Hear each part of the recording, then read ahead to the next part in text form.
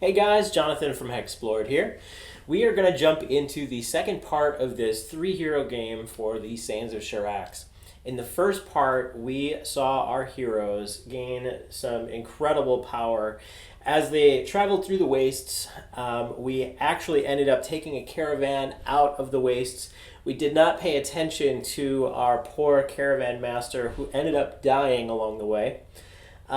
We have quite a bit of gold at our disposal here so far, so I think what we're going to do is we're going to jump right into this next part. Okay, the first thing we're going to do is flip over our next circumstance, and we have an affliction on the board, Desert Creepthorn. This is a affliction that might happen to us. Now, when we moved from our caravan location and got stranded in the desert, we were stranded closest to our destination, which was Nemzinyet. We find ourselves on the brink of a lava field, and in fact, I think for our movement phase, we are actually going to plant one of the merchant's shops. So whenever you move through a hex without an event location, you may spend 20 minus trade magnate rank gold to create a shop there. So his trade magnate rank is 7, which means he needs to spend 13 gold. He has 13 gold. So we're going to put down a shop as we move through that area. Now a shop is going to be shown by this token that has the little 5 gold on it. And now every game turn until the game ends, we're going to get 5 gold for that shop. So I'm going to place that right here, and then I am going to move, let's say, 2 hexes. So we're going to go 1, 2, actually, let's do 3, 4. We're going to move right here. We're going to try and make our way to Nemzinyet.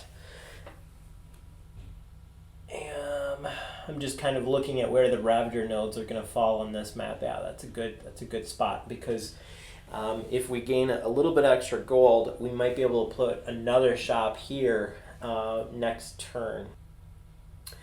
Okay, the next thing that I'm going to do is roll skills.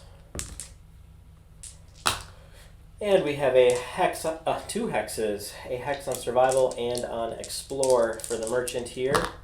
We have a couple of 2s for our Takreen, and for Artificer, we have another hex. So let's take a look. Hex, that's 2 gold. And in fact, if you gain multiple hexes in your skill phase, you get something extra.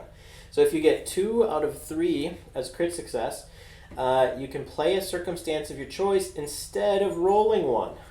That is awesome. We could play one of the circumstances at the top of the board. Oh my gosh, that means we're going to get the Lunar Blade or the Genie Lamp. That is awesome. Why don't we leave the Genie Lamp on the board and get the Lunar Blade? Alright, so I'm jumping ahead of myself. So the first thing that happens is Hamanu is going to get 3 gold. We're no longer in the wastes, so our heroes don't have to spend food if they make their survival roll. So that is awesome, because we are pretty much out of food, as you can currently see. And then navigate, obviously, that was a failure for our merchant. Then let's take a look at the Dervish here. We get 2 gold. And we make the survival roll with a 2. That is wonderful, because we would not have had enough food had we missed it. But she also makes navigate with a 5. All right, so now over here, the Artificer rolls a hex for the gold. So I think we're going to grab 3 gold for that hex. We get a roll of a 2 for survival, so we make that, and we miss navigate. That means we're going to wander. We did not move along a road, and we did not move cautiously. Now, the nice thing is that we are going to be able to choose the circumstance. So the first thing that happens is we wander. We're going to roll a d6, and we're going to consult the wander graphic, and that's going to show us we wandered actually right off target over there. And then we, for our circumstance, we will take the Lunar Blade. Awesome! The obsidian scimitar is a wonder to behold. While the moon is overhead, the edge emits blue and umber hues. The wielder of this blade gains the wielder bonus below and regen 1 energy. Once per game turn for 3 energy, you may activate the power of the moon. While your energy is 3 or higher, you may counterattack whenever an opponent targets you. This damage is tripled and converted to energy damage. Legend states this item once belonged to Murakali, a half-Jinn prince who fell to dark powers inside the Black Pyramid. So we have a wielder bonus of +2 to our attack. That is awesome. And I will place that on my Tikreen warrior here. And let's see, the next thing that happens is the... Well, we'll flip over another circumstance. And it's Thumble York's Boom Service. That is awesome. That is another discovery card. That is super cool. The next thing that we're going to do is the villain phase, and the Ravager is, we're currently in Act 1. The Ravager is going to stay in place over this location. At the end of next turn, he will disappear, and we'll place down a remnant. All right, so we're going to get 5 gold because of the shop that the merchant has. And we have enough gold amongst us to place down another shop. Now, the merchant, our pridekin, Hamanu, he has high enough hired guard and trade magnate to place up to 5 shops on the board. We've placed 1, and this next turn we're going to place another one. And that is going to allow us to get 10 gold per turn. All right, so we have to be careful where we place it. We don't want the Ravager to jump on one of these locations. So there are certain Ravager nodes on the board, and I'm going to try and choose a location that where the Ravager cannot take it. So I'm going to move 1, 2, 3. Whenever you move through a hex, you can place it. So we just moved through it. I get to place another one.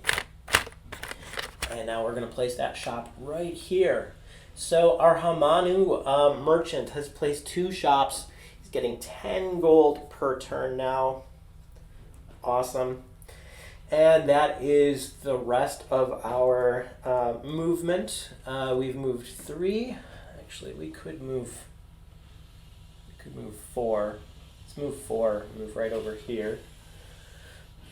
And then what we will do is roll our skills. We get, terrible skill roll here. We do make our gold, so we get 2 gold. Hamanu gets 2 gold. I need to spend gold first to put down that shop. Hang on a minute. 8, so... It's 2 left, and then it's going to cost another 5, so our Dervish has 4 left. Can't get that shop for free. All right, the Dervish is going to roll skills. 2, 3, those are pretty good skills, although we miss our survival. That means she has to come up with 5 food. Oh, man, that's terrible. Alright, we really need to get her survival up a little bit here. We did make navigate though, so we are not going to lose our position here. We're not wandering this turn. The Artificer, we rolled a 10. 4, we made our survival with a 4, we missed our Explorer. So, we need to come up with 5 food. Now, we do have the Artificer with quite a bit of food. He has 8 food currently, so we're going to jump down to 3 food left. And if we don't do something soon, we are going to have a starving Takreen on our hands. We do not want a starving mantis on our hands, especially if it's a she. All right, next thing that's going to happen is we are going to roll a circumstance for this turn. And we rolled a 1, the Desert Creepthorn. Now, hang on a minute. We have, if I remember correctly here, we have weighted dice. The Artificer has weighted dice. Let's take a look at what that allows us to do. If we're looking at the Nemzinyet card here, weighted dice may be used up to once per turn outside of combat to re-roll any 1 die. So we can re-roll that circumstance. Let's roll it. And we get a 2, and we get Thumble York's Boom Service. Let's take a look at that card. Thumble York's Boom Service. You've arrived on top of a great plateau, surprised to find a series of oversized cannons surrounded by all sorts of sputtering cranks and gizmos. A strange familiar gnome approaches and introduces himself as Thumble York. Place Thumble York's token here. It cannot be destroyed by the Ravager. Place the token on top of a remnant. You may return at any time to pay the high-strung gnome 3 gold per hero or 1 platinum. He's not picky, so 3 gold or 100. In return, he'll load you into his cannons, and you'll hope for the best. Teleport to any location that sells items. Awesome. So we are going to take the Boom Service token, and we are going to place that right over here, and that is going to allow us to teleport to any place on the map. Very nice. All right, and then at the end of this game turn, we'll flip over another circumstance, and we have humanoid vagabonds at level 2. And then the villain phase, our Ravager is going to disappear back under the earth, leaving a remnant on the board right over here. And we're going to place another power-up token here. We have a couple of power-ups showing up on the board, which is very nice. All right, our turn. I think the next thing we're going to do is we could place down another shop. Our shops cannot be within 4 hexes of one another, so I would need to be careful where I put it. 2, 3, 4. Yeah, I think what we're going to do is we are going to go 1, 2, 3, and I'm going to place a shop right on this plateau over here. Let's see if I can find another token. This is going to basically strip us of a lot of our gold. Well, actually not, because we're getting 10 gold. So he has 12 right off the bat. We'll go down to 0, and then Krita will spend 1 more for the last. And now we're going to get 15 gold every turn from the merchant's shops. So that is awesome. So we've moved, let's see, 3. We can move 1 more. And I think what we're going to do is we will move closer toward the city. All right, so that's what we're going to do. We're going to roll all 3 of our skills. A hex on survival, a 7 on our gold, so we're going to get 2 more gold, and a 4 on navigate. We made our navigate. The Dervish is going to roll skills here. And, oh man, dismal. The Dervish is just totally getting hammered here. 10 on navigate, 9 on survival, 8 on explore. Failed everything. And then we have a hex on explore. That's going to give us 3 gold for the Artificer. A 5, so that misses on our navigate, and a 7 misses on our food. So, first of all, we are going to be consuming 5 minus the metabolic rank of 2. We're going to be consuming 3 gold from our Takreen, and we're going, not gold, 3 food. 3 food from our Takreen and 1 food from our Artificer, leaving us with 1 food remaining. At least no one's starving yet, which is really good. Okay, so that is going to be the end of our movement phase. We missed. So that does mean we're going to wander. 2 misses. We would have needed 1 extra success not to wander. And we wander right back into our shop. We were like, oh, which way are we going? We need to go back into our shop. The nice thing is that we're now in a location that sells items. We are in the shop that our merchant just placed down. So this extra wandering that we just went through is actually going to help the group. We are here during the event phase, so that means there's no circumstance, and it also means that we're going to be able to buy things that the merchant can provide. And he can provide items from Drea, from Ferora, and from Tari. So the first thing that we're going to do is we are going to spend a gold to heal all our vitals and negate all conditions. And that basically is 1 gold total, and this is for all heroes. So the merchant's feeling nice. He's been stealing money from the Dervish, so he's going to spend the gold. Everybody's going to heal to full. And then I think we're going to load up on food is the next thing.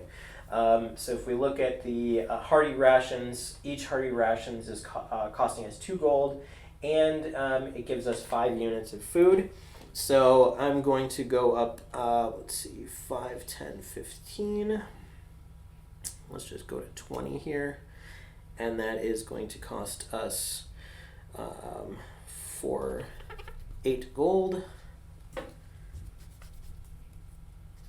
Okay. And we're left with 7 gold and another gold over here. I think what we're going to also do is buy some gear upgrades. So let's buy Krita an Explorer gear upgrade. And the Artificer can supply this. We'll do it before we heal so that she gets her energy back. And that's going to give us 1 extra gear upgrade here for survival at the cost of 3 gold. All right.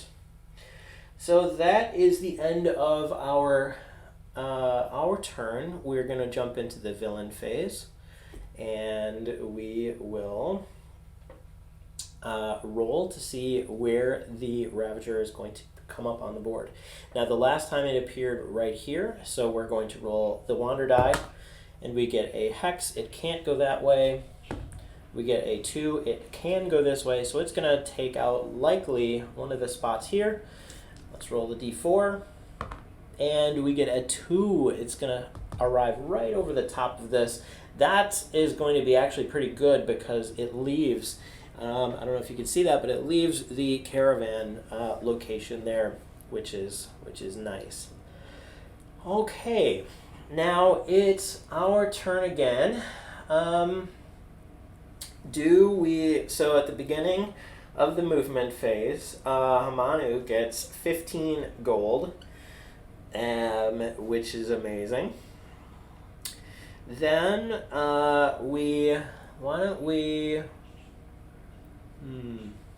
just trying to figure out what we would like to do here. Let's flip over the Drea mission. We haven't checked out what that one is yet. That's a Highland mission. We have a Silt Sea aid at the top. We have a Silt Sea Nemzinyet mission. And then we have the Employ mission in Drea. We could do that. Now this is basically, it would be spying on the Dreans for Arbiter Kasu, who is the leader of this city. Do we want to spy on the Dreans? They do match our reputation. I think we probably could. Why don't we do that? And maybe we can play Scarabs and try and get some extra extra platinum. I think what we'll do is we're going to drop another shop along the way. We're going to go 1, 2, 3, 4, and I think we're going to move recklessly. And moving recklessly, if we look at the rules here, the group moves 2 hexes further than normal, but the force marches long and tiring day. Each hero suffers 2 energy drain, and we get to either roll Explore or Survival. So 2 extra energy drain for everyone. Go down to 10, 12. Look at that. The Artificer has 20 energy. That is craziness. All right. That means we're going to get to move 2 more. As we're moving, Hamanu gets to place down another shop, and that is going to be giving us another 5 gold every game turn. We've placed down 4 of his 5 shops on the board. 20 gold a game turn is what we're up to now. Okay. And then we are going to move 2 more. That was our reckless movement. We're going to roll our skills just to make sure that we land on this location. And we get a hex, so that's worth 3 gold. We made we have to choose which of the 2 that we're rolling, and I think I took that hex for the Explorer, so I'm going to automatically fail my survival, and we'll spend 4 food from the Takreen's rations. All right, we're going to do let's do Explore and Navigate. That Explorer is also a hex. Navigate fails, so we are spending 5 food, but we get 3 more gold. And let's take a look. Same thing for the Artificer. We have a 3, so he fails Navigate too. That means we are going to be wandering, and he missed his Explore. All right. So he is also consuming food. All right. In fact, the Takreen here did not have to consume 5. He consumed 3, so I'm giving him 2 back because of that metabolic that he's got. Now, he did heal energy last turn, so that's going to increase that as well. And our Thurgist spent gold greater than his rank on food last turn, so he goes up as well on his trait. All right, so we are wandering. We're going to roll a d6, and we are moving this way. So we have just missed our destination. We have arrived in the outskirts of the great city of Dria. And we are going to roll a circumstance. So we're going to roll a d6, and we get a 3. And we get the Cave of Yajib, a legend as widely known as any in all the land. This ancient cave is guarded by an elder spirit. Its fabled entrance appears in times of great need. Place the Cave of Yajib location token on this hex. It cannot be destroyed by the Ravager. Any hero may choose to enter the cave during the event phase and roll all skills. Heroes suffer damage for each of their failed rolls based on the group's reputation. Okay. If at least 1 hero survives, gain 1 treasure of your choice from any HEXplore game. Afterward, the cave disappears. Remove its location token from play. We have found the Cave of Wonders right next to the city of Dria. They probably had no idea it was there. Probably hidden in some kind of crevice in the land. That's awesome. So here's the thing. Let's take a look. This is based on our reputation. And currently, are we rebellious or neutral? We're actually neutral. So that's going to be 6 energy drain. We're not righteous. We're not over to the right. Oh, hang on a minute. We have a Pridekin in the group. Check it out. Pridekin are noble and fierce half-lions. Each member of their tribe serves a purpose. Once per game turn, for 2 energy, you roar, alter your opponent's action result by 1, then reduce all numeric effects. Now, that's not what I'm interested in. What I'm interested in is the additionally at the bottom. Once per game turn, for 3 energy, you may move the group's reputation 1 point in any direction. So I'm going to spend 3 energy. He's down to 7. And we are going to move our reputation into righteous. Okay, and that is going to allow us to gain the least amount of energy drain when we enter into this Cave of Wonders. Only the righteous can enter without a bunch of damage. So here's what we need to do now. Any hero may choose to enter the cave and roll their skills. If at least 1 hero survives, gain 1 treasure of your choice.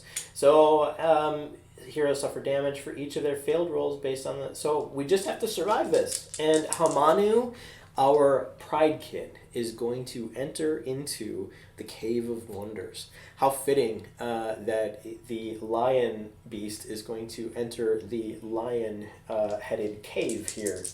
That little Aladdin spoiler here. All right, so, he rolls a 10.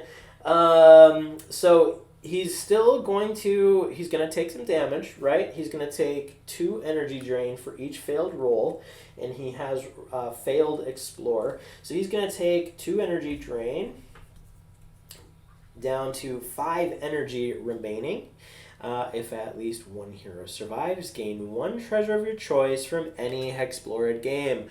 Check it out. We have the genie lamp at the top of our circumstance bar here. I think we're just going to take that. It's nice and easy. Now, afterward, the cave disappears. Remove his location from play.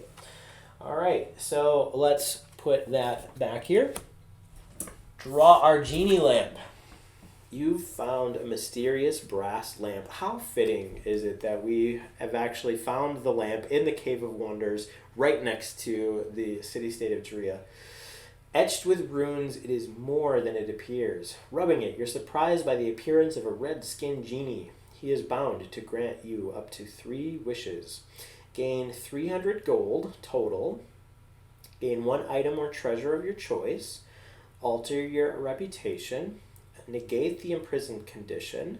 Draw 3 power-up cards. Each hero chooses 2 of the 3 to gain.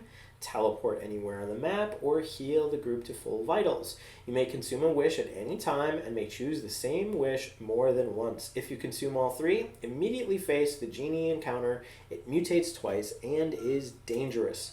So we have the genie lamp now, as well as the Lunar Blade.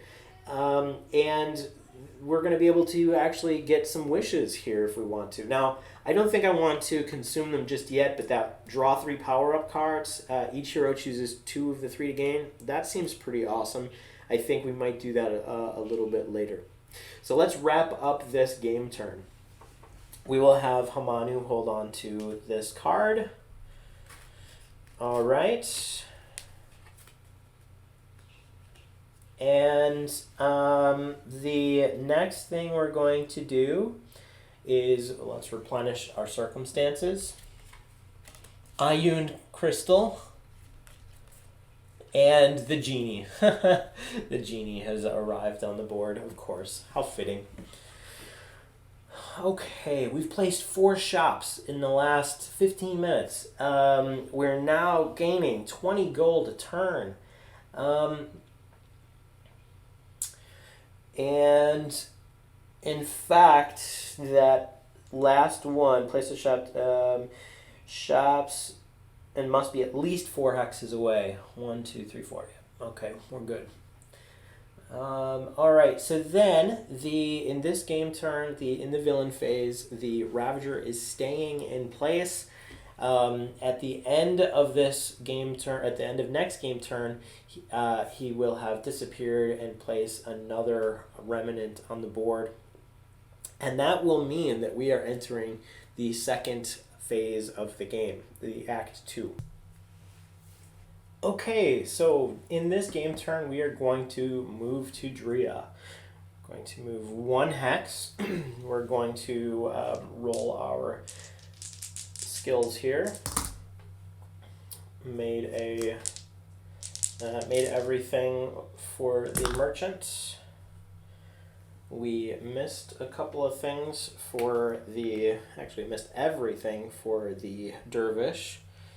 And the Artificer misses everything as well.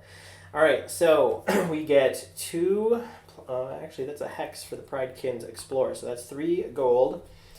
And he gets the 20 gold from his shops, so we are up to 29 gold already from the merchant. We're not going to wander because we only moved 1 hex, but we are going to spend some food. Artificer failed. Artificer has no food left, so that means it's going to come out of the Dervish's supply. Dervish has Metabolic, so that is 2 less food that she's going to eat. So we are down to 9 food for the Dervish. Now, let's have Balacath. Actually, we'll heal in the city, and that will cause Metabolic to trigger one more time here. And I think we're going to do the same thing with Thurgist and spend gold greater than the rank on an item. So we are in Drea. Let's take a look at the market here. Market of Drea. So, a rowdy inn. This place is crowded, and its inhabitants are both loud and obnoxious. All heroes heal all lost health or all lost energy, and negate all conditions for 2 gold. So, the merchant is going to spend that gold, allowing everyone to heal to full energy. That means our Metabolic is going to go off, and now we have rank 3 for Metabolic. And that means that we get the extra health upgrade, that 3rd rank upgrade for Metabolic. So we're going to gain a health rank. Awesome. And then we are also going to have Thurgist go up by 1 rank to rank 2. And that means the merchant can create a potion or tonic by paying its value in gold every turn. Artificer also heals to full. All right. Is there anything else we want to purchase here? Skyfire Crystal. Elixir of Souls. That's a pretty good one. Living Rope. We could get another Living Rope. Only 1 available per game. We already have it. Infused Equipment. Now look at this one. The group may invest in infused equipment to enhance their power. When you purchase infused equipment, each hero gains 1 rank to every stat, and that includes the traits. Each additional time you gain infused equipment increases cost by 2 Ravager crystals and the rank bonus by 1. Now we don't have any Ravager crystals. We have not been playing that style of game. So, but what we can do is we can use Hamanu's shops, because he has rank 7 trade magnate. We can use his shops to convert currency from one type into another. And you can take the platinum and convert it into the Ravager crystals at a 1-to-1 base, 1-to-1 cost. So we have 14 platinum. We can take and grab Ravager crystals from that if we wanted to. Now, what we're going to do is we are going to be trying this employ mission here. Arbiter Kasu employs eyes and ears everywhere. So this is the arbiter of the city-state of Nemzinyet. He's spying on the Dreans, and he wants us to spy on them. It isn't surprising when you are approached by a high-ranking member of the city's guard. They want you to spy on someone. You may only perform this mission in Dria, become employed there, then roll any die, once for each hero who is employed. For each odd result rolled, you gain a valuable secret for your employer. After learning any number of secrets, the group must face the Drian guards, and then we would roll the pyramid or the sand die for their level. And we have to turn this mission into Nemzinyet. We don't get the bonuses for this mission until we go back to Nemzinyet and deliver the secrets that we've found. All right, so I'm going to just place that here. Now, how does employ work? Employ is one of the 4 options of different things you can do in a city-state. For instance, in the city of Dria, you can become employed, becoming a street hand. You lend your skills as a merchant hand or spend your time pickpocketing instead. Once per game turn, if any heroes become employed here, you may choose to move your reputation 1 towards Dria or 1 towards Nemzinyet. Now also, when you become employed, you're basically gaining free gold. So in this case, you're gaining 3 gold for the employee in Dria. But if you'll notice, there are 2 types at the bottom here. There's assist and a utility +5.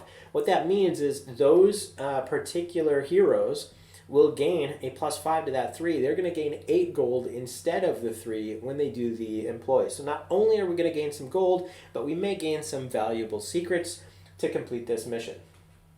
All right, so what we're going to do is we're automatically going to gain that gold increase. Okay, so we're up to 35 gold for the merchant. My striker is only gaining 3 gold. He's not really good as a street hand or a pickpocket. So he's not very good. The merchant, he's definitely a street hand. He's got his skills there. Let's see, it's 8, so we have 12 gold now for our Artificer. And now we get to roll 3 dice. Roll any die for each odd result rolled. We have 1 odd result rolled. And you know what? I think we have the living rope, so why don't we also... the weighted dice. We're going to use its re-roll option to see if we can get one of these to be a odd result. And it's a 9, so that is an odd result. So we've used the weighted dice to re-roll that die, and we now have found out 2 secrets for Arbiter Kasu. Now, the moment we found out these secrets, we actually have to face the Drian guards. So how does the Drian guards work? Now, the guards, if you'll notice the bottom of the Bazaar placard, you're going to see that there's a section for the guards. The guards encounter may be triggered in a multitude of ways and has a variable level and stats defined by the triggering event. So in this case, we roll the pyramid for their level, and we get a 3, okay? So their level is, let me write this down here. In Dria, let's see, their bribe amount is 1 plus their level, so their bribe amount is 4. It would cost us for a 12 gold to bribe them. We could certainly do that very easily. The merchant could also use his hired guard to kind of bully them and to reduce the bribe amount. Or we could fight them. Now this is a monstrous humanoid and a humanoid horde, so this could help the Dervish because the Takrin's special ability is to the second fight of any type of opponent that he fights 2 in a row, he actually gets favored opponent for that. We've already faced humanoid opponent. We've faced the twins. So this could give him favored opponent humanoid, and it could give him the first in the horde encounter as well as monstrous humanoid. So let's take a look at the outlast for these guards. The outlast is equal to their level times 2, so outlast is 6. this should be a pretty easy fight for us. So I think that's what we're going to do. We're not going to worry about bribing them. We could become imprisoned if this goes poorly, but we do have the genie lamp, so that can get us out of imprisonment if we wanted to use it. So I think we have everything we need to take care of these guys. Now, what we could do is we could all roll against energy, or we could roll against our second mastery or first mastery, and that will determine what happens to us in this particular fight. Now, the Artificer can straight up use his Shatter ability to reduce by 2. The Entomorph, let's see, when facing an opponent without less, you may roll a 10-sided die. The result is equal to or less than your current energy. You reduce it by 1. Her energy right now is 14. And Hive Mentality, when using an attack or defend action, boost its rank by 1 for every other hero. So we don't want to use an attack action or defend. I think what we're going to do is all of us are going to roll against energy. So let's say blue, let's just go in order here in color. So green is going to be our Dervish, yellow will be our Artificer, and blue will be our Merchant. And we have a success, and that's a critical success. All right, so we roll a 9. Now, our Artificer has 20 energy. So what basically means is after rank 11, so starting at rank 12, you crit succeed on a hex or a 2. 13, hex 2 or 3. 19, hex 2, 3, all the way up to 9. So we actually have the Artificer critting on a 19 here, which is amazing. And then we have a 5, obviously that is good for the Merchant as well. So what that's going to look like is, first of all, we have the rope, the living rope, and that is going to give us a reduced outlast by 1. Then we have the, let's see, the 1, 2, 3, 4, and then the -1 for the end of the turn. That's gonna be enough to defeat these guards. That's 6. All right, so let's see what the guards do to us this turn. We all rolled against energy, so we're hoping the guards use their 1 or 2 action, and it's a hex, so they did not use that. All right, so those who fail suffer energy drain equal to twice the guard's level, become surrounded, and 1 target becomes trapped. All right, at the end of the round, all heroes are trapped, and the guards have at least 1 less remaining. Combat ends, and the group may become imprisoned. So, thankfully, not all of us are trapped by the guards, but we do suffer some energy drain here. So we're suffering 6 energy drain each. And Otherworldly, so reduce energy drain receive. So in fact, she's going to take 8 energy drain, or our Artificer, taking 8 energy drain because of his elemental nature. And then we have our Dervish taking 6 as well. And that's it. That is the end of that combat. We get 3 gold and 1 food each. And that is the end of our round. We have gained 2 secrets. So I'm just going to put 2 secrets here. We could continue to try for more. Now, the nice thing about this employ employ mission is that you can continue to perform this. For each odd result rolled, you gain a valuable secret, and for each, gain the reward a number of times equal to the number of Drian secrets you obtain while this mission remains active. So right now we have 10 platinum and 2 power-ups coming our way. We can continue to do that and gain more. And now we also haven't completed this, so we don't get the reputation reward yet. I think we're going to try one more round, and then I think maybe what we'll do is we'll do a round of Scarabs. So at the end of this game turn, the Ravager is going to go away. We're going to place another token on the board, Ravager token on the board. And now that is going to spur the Act 2. Act 2 begins when there are a number of remnants on the board equal to at least half the number of hot tiles on the board. There are 5 hot tiles. There are 3 remnants on the board. So we would have needed 7 hot tiles on the board for Act 2 not to trigger.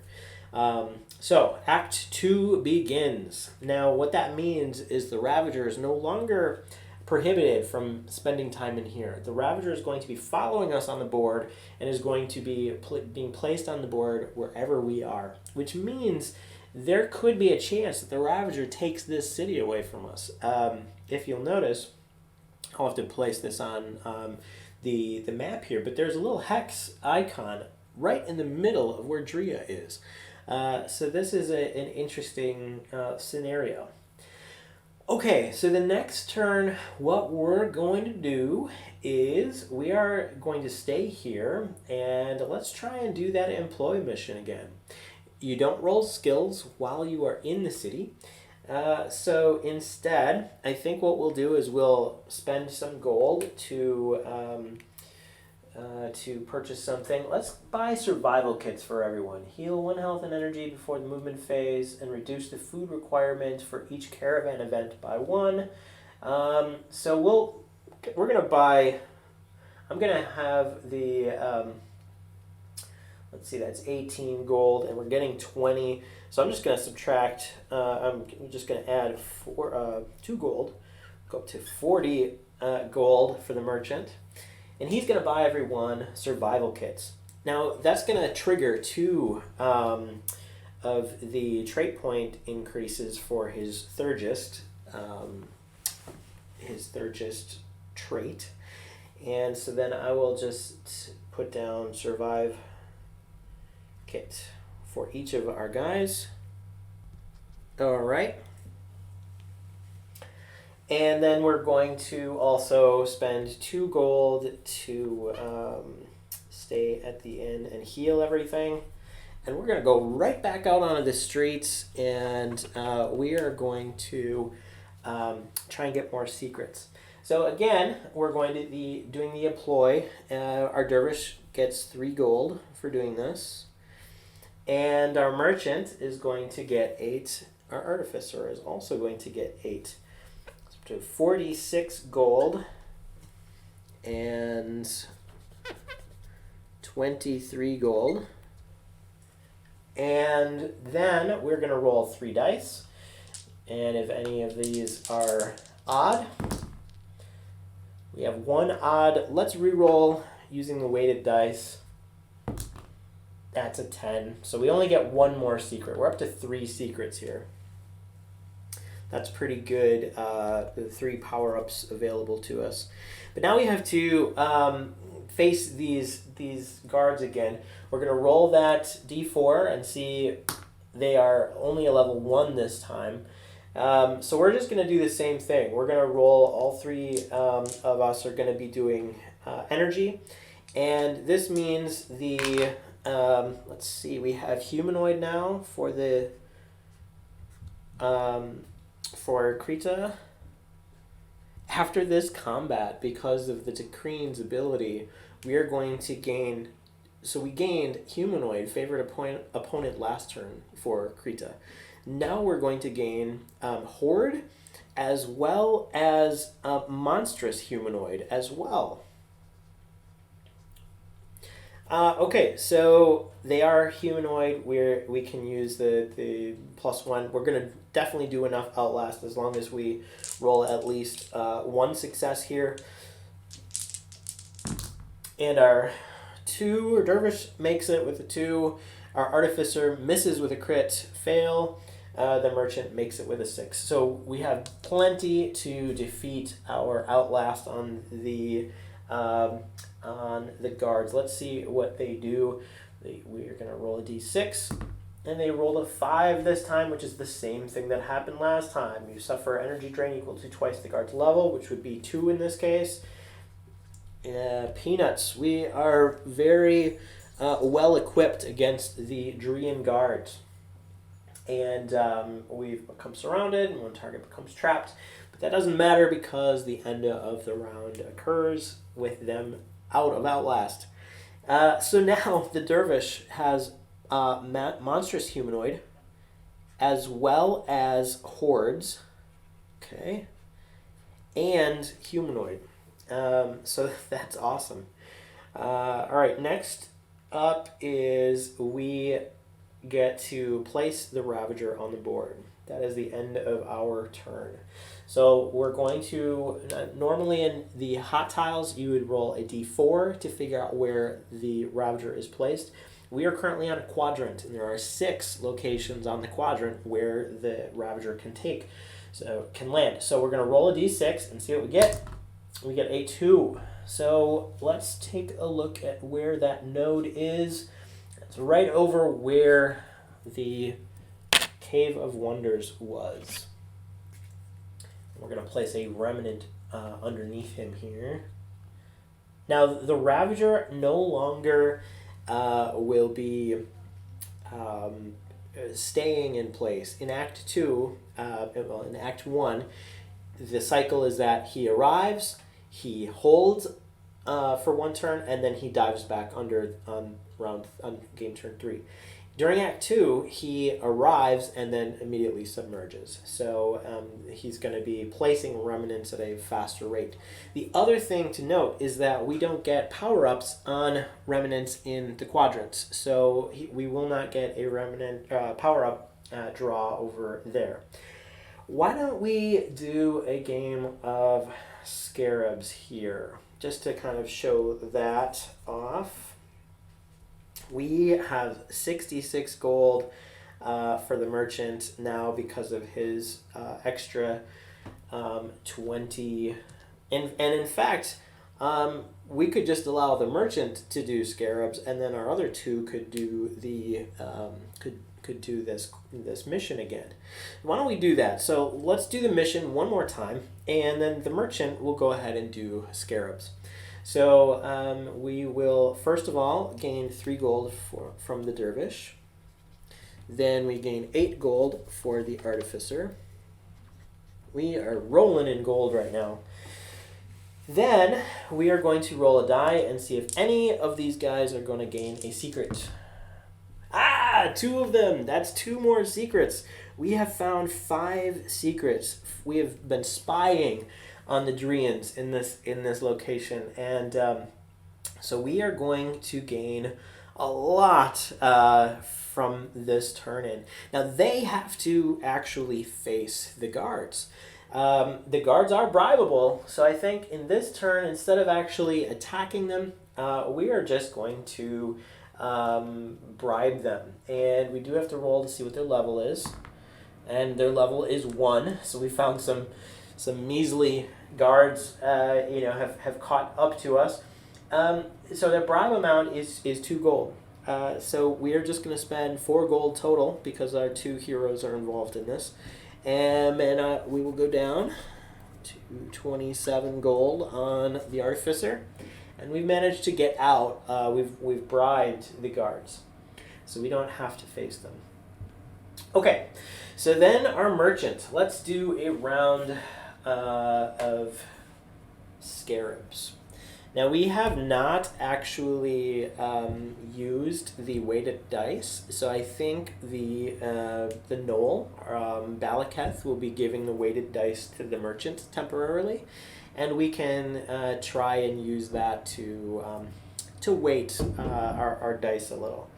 All right, so what we're going to do is, let's take a look at this Scarabs card. Heroes may decide to participate in a game of Scarabs for a chance to increase their wealth. On the first round, gamblers choose if they'd like to enter the Oasis.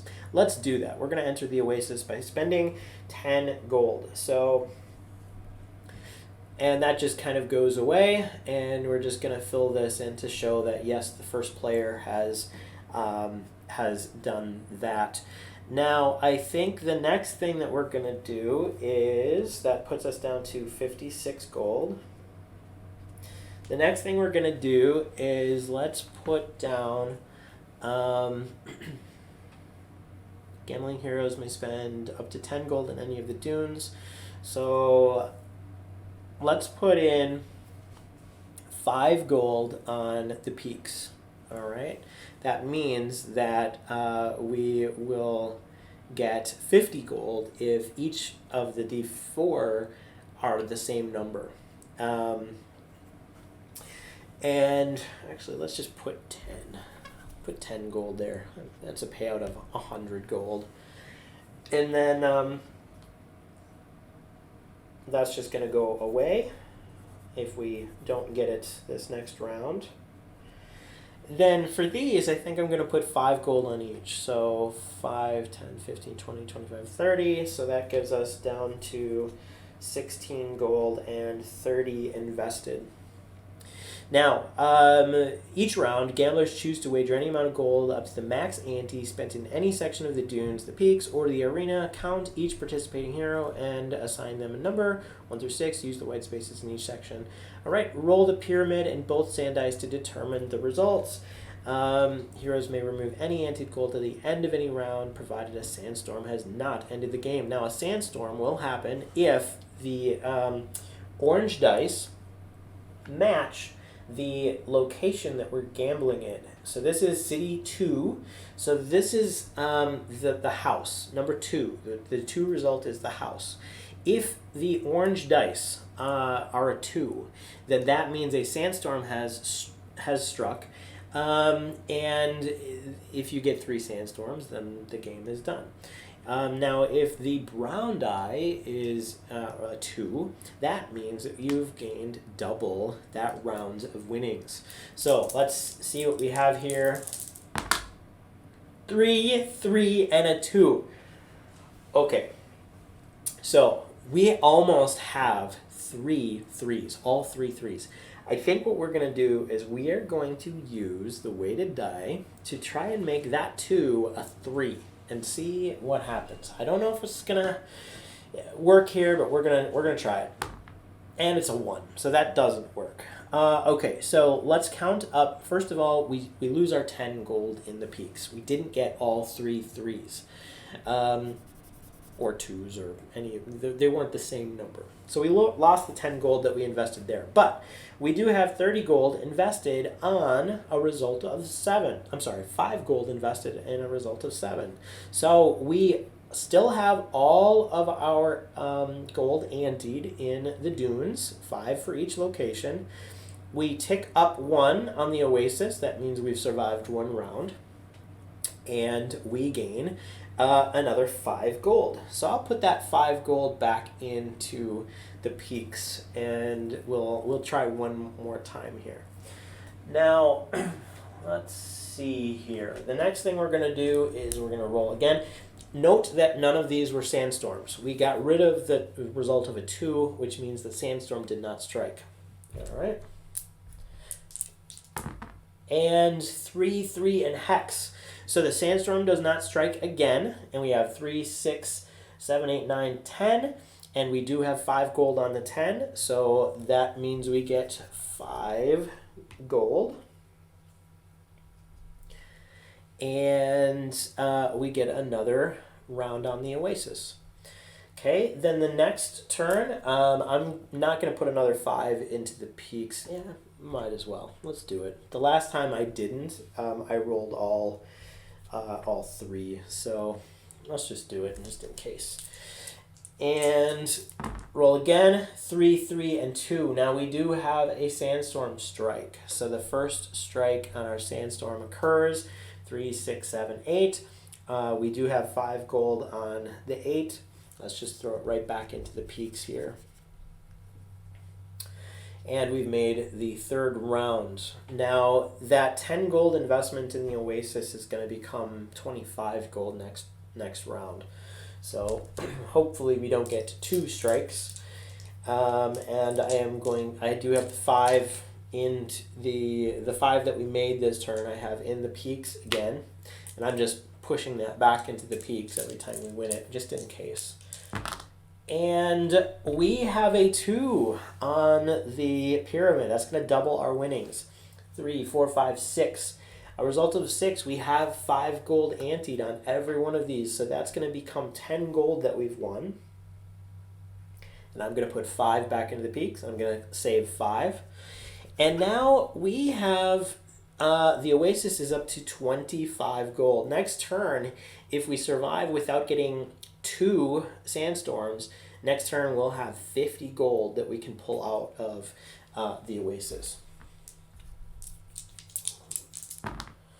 And 3, 3, 3. Oh my god! We rolled 3s, all 3s. So that is the peaks. So that means we have won 50 gold. Okay. And we also can take the 50 gold out of the Oasis. So in that game turn, we're pulling the 10 gold out that we've wagered. And I think we're going to be done with playing Sandstorm, this game of Scarabs. We have won 105 gold. He came out with 161 gold. Not bad at all. All right, so we have lots of gold. And we have 5 secrets. Oh my gosh, that's worth 25 platinum. At the end of this turn, the Ravager is going to dive back underneath the ground, leaving the remnant in its place. Do we want to spend one more turn here employed by Emperor Kasu to gain some more platinum and a couple more power-ups? Let's do it. We're going to do it one more time. We've got a bunch of gold. Our merchant is going to get another 20 from his shops. 181 gold is where he's at currently. Let's do another employ here. So we are going to gain some gold for the employ action.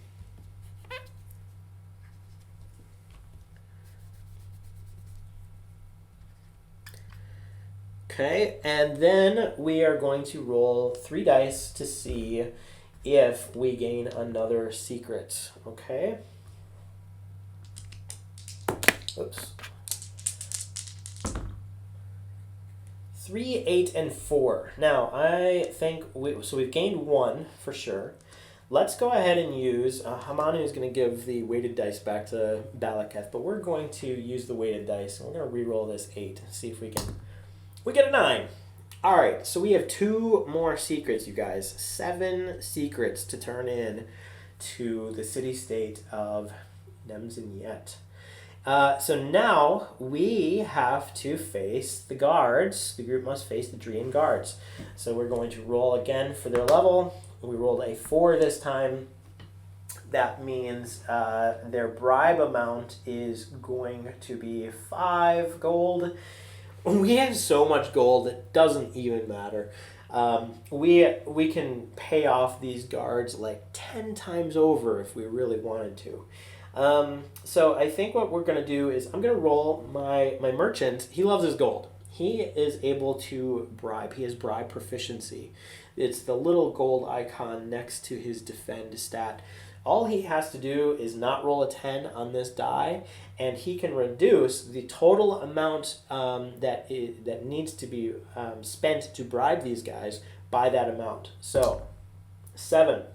He makes it. He can take the total down to 4. Now, that means the bribe amount for these guys, what did I say, is 5. So it's 5, 10, 15. There's 3 heroes. It means we're reducing it by 10, his rank. Which means we only have to pay 5 gold to get these guys off of our back. All right, so that is going to end our final that turn. I think before we do, let's go ahead and spend money on extraction tools. That's 6 gold per hero. And a dust skimmer. So we're going to spend some high cost, some high gold items to gain a couple of really nice things. That's gonna and I'm gonna have the merchant do it Hamanu, because that's gonna allow his Thurgist rank to trigger one more time. So he gains a +1 to his first mastery. His connections ability will go up by 1, and his rank is now 3 in Thurgist. And these are both items that are located on the battle mat. So extraction tools and dust skimmer. Now, that is going to be, let's see, 11 per hero, so that's 33 gold. We'll just take it from the Artificer. It goes down to 2 gold. I love that the Pridekin is like, nah, you go ahead and pay for it. All right, so that is the end of that game turn. We're going to have the Ravager reappear now. We're going to roll to see, and it's a hex. The Ravager appears right over Drea, you guys. So we are going to place a remnant here, and we're going to read from the storybook because that's kind of a neat thing that happens here. Now, the Ravager has basically taken the city of Drea. Suddenly, all the infighting and destruction the Hanta has wrought here seems trite. The ground has been trembling for the past half hour, and everyone knows what is coming. With each passing minute, the land quakes aggressively ripping buildings from their foundations and causing rifts to open. The Ravager rises offshore of the Glimmer Sea, instantly vaporizing much of the water around it. Huge pillars of steam rise into the heavens, and the coastline is in ruins. The newly ruined shore causes the sea to rush through the city, which is now consumed by it. The creature rises for a moment and then dives directly into the city, passing through it at ground level as if it were an enormous snake. Its people had no chance. Merchants from afar gaze in horror as the creature consumes the brightest gem of Shurax. All right, so I have to check the rulebook here because I don't know if we can get away from him, or if we have to face the Ravager at this point. Now, during Acts 1 or 2, the group may choose to face the Ravager in combat or escape from it. If the group chooses to escape, move the group 1 hex away from the Ravager in a direction of your choice. During Act 3, you can't escape. You have to face him. So, we are going to just simply move away from the Ravager. We're going to go 1 north of our position here. We're doing that just because we want to turn in this mission to Nemzin before they figure out that the Ravager has taken out the city. But we have 7 secrets, right, to basically to turn in here. So that is a lot. So that was the villain phase. The next phase of the game is our movement phase, and we're gonna move 1, 2, 3, 4, 5. We have the Silt Skimmer, right? And that gives us a +1 to our movement now. So we can get there in 1 turn. And let's see what we have here for our skills. Made our Navigate, which is important, and we failed both of the other ones. That means we're going to spend some food here for food. 1, 2, 3. Taking away the last food that Hamanu has. We really should have invested in more food. I probably should have done that, or we're going to start starving here. Our Dervish, our Takreen Dervish, which has historically had very poor rolls,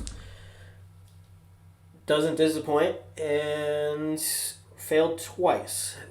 At least she made her Navigate, so that means we're not going to wander off of our location. We're going to actually be able to turn in this mission this game turn. Awesome. But she doesn't get any gold, and she missed her survival, which means she needs to spend 3 food. And last but not least, we have our Artificer Balacath, who also made survival but missed both of the others. So no spending food for him. And that means we have arrived in the city-state of Nemzinyet. Why don't we read that from the storybook here? Finally, you can rest. It feels as though you've been on your feet for weeks. With the moon high in the sky and an inn in sight, it's certainly time for a drink and then blissful, uninterrupted sleep. An hour or so later, and you found your bedding, a fairly steep price for such a lackluster room. Still, you won't be interrupted, which is exactly what you need. Rest those weary bones, you think aloud, closing your eyes. Not a moment later, you hear a ruckus in the street below. Groaning in disappointment, you stumble over to the window, throwing open the shutter. You're surprised to see a parade in the streets. Fire breathers, hoop dancers, and entertainers wearing very little clothing make their way through the street in a grand spectacle. Looking down the lane, you can see the parade extending all the way to the gates. It's times like these you rather have lost your hearing. All right. So let's see, we are going to turn in this amazing mission here, and we are going to gain 7 secrets. That's 7 times we can move in the direction of Nemzinyet. That's going to put us all the way over on the side of Rebellious. On the left side, we also gain 5 times 7, that's 35 additional platinum.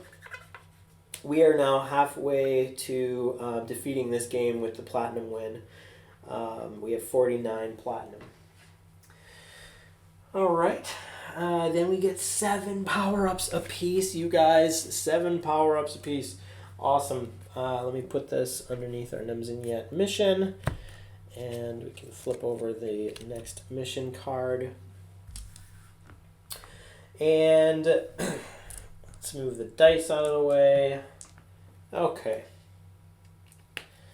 So we're going to draw power-ups. 1, 2, 3, 4, 5, 6, 7. 1, 2, 3, 4, 5, 6, 7. 1, 2, 3, 4, 5, 6, 7.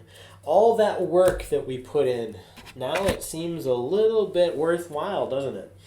So let's see what we have here. +2 health. Favorite opponent, +1 die. Both masteries, +3. We have an energy +1. Navigate and survival +1. Health +1. Several of our stash cards here.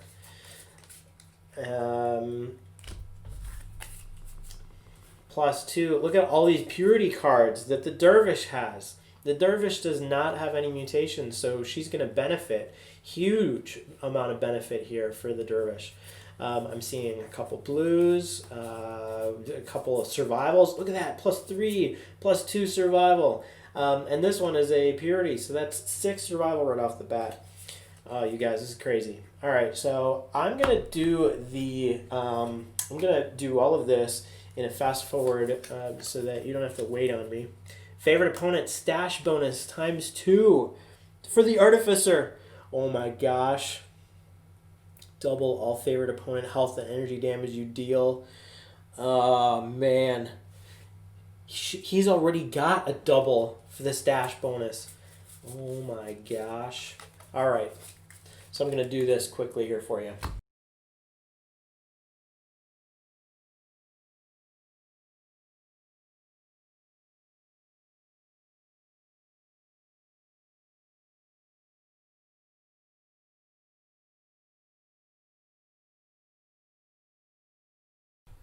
You guys, this was amazing. I just took care of all of the power-ups for each of our heroes.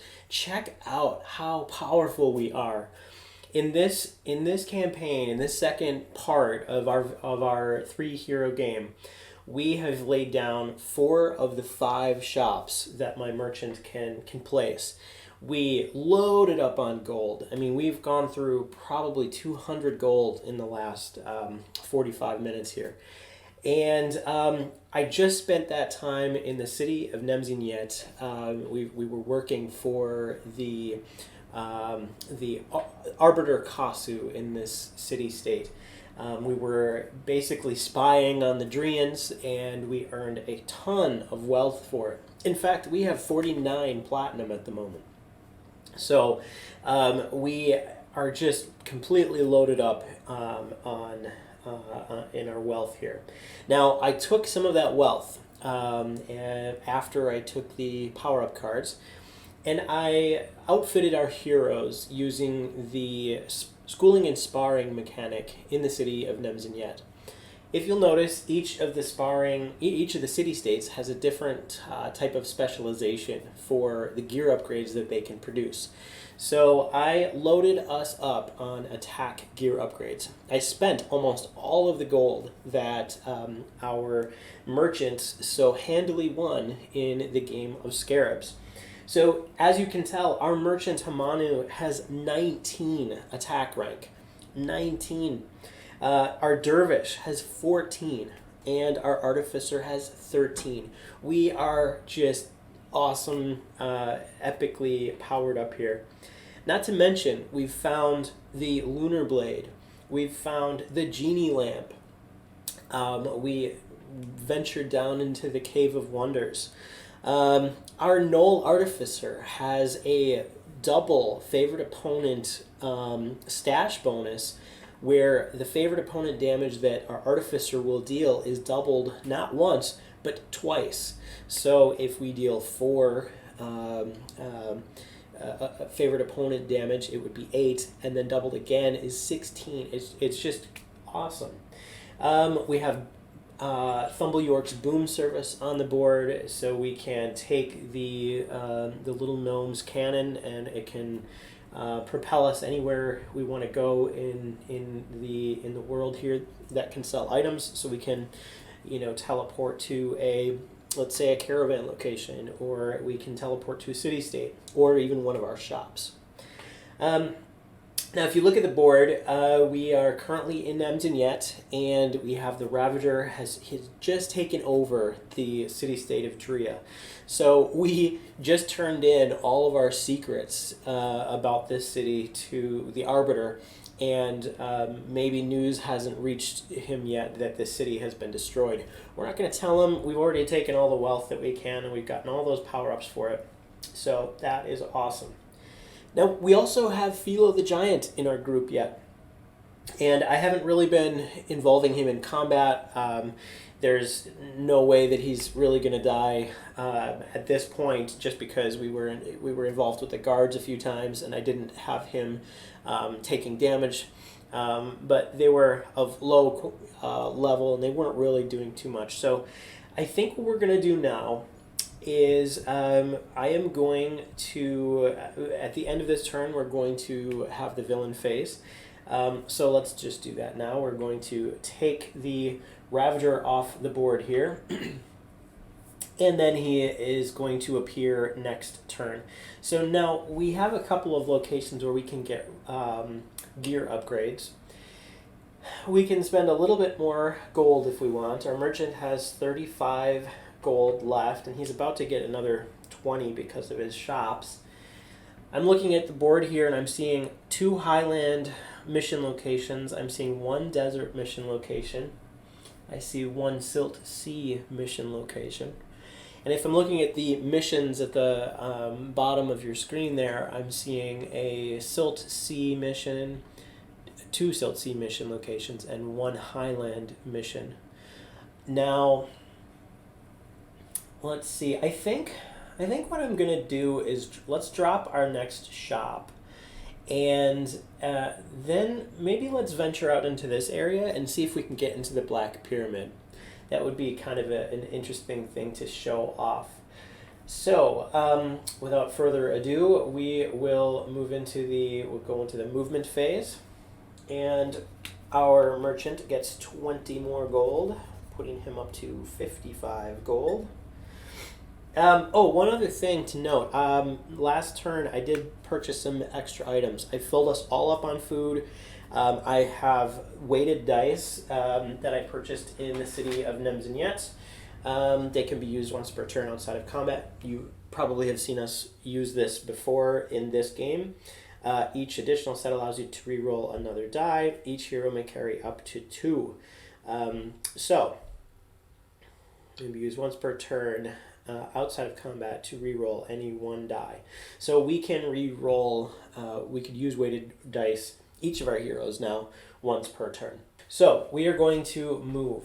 Now we do have the Silt Skimmer, so we can move up to 5 hexes normally.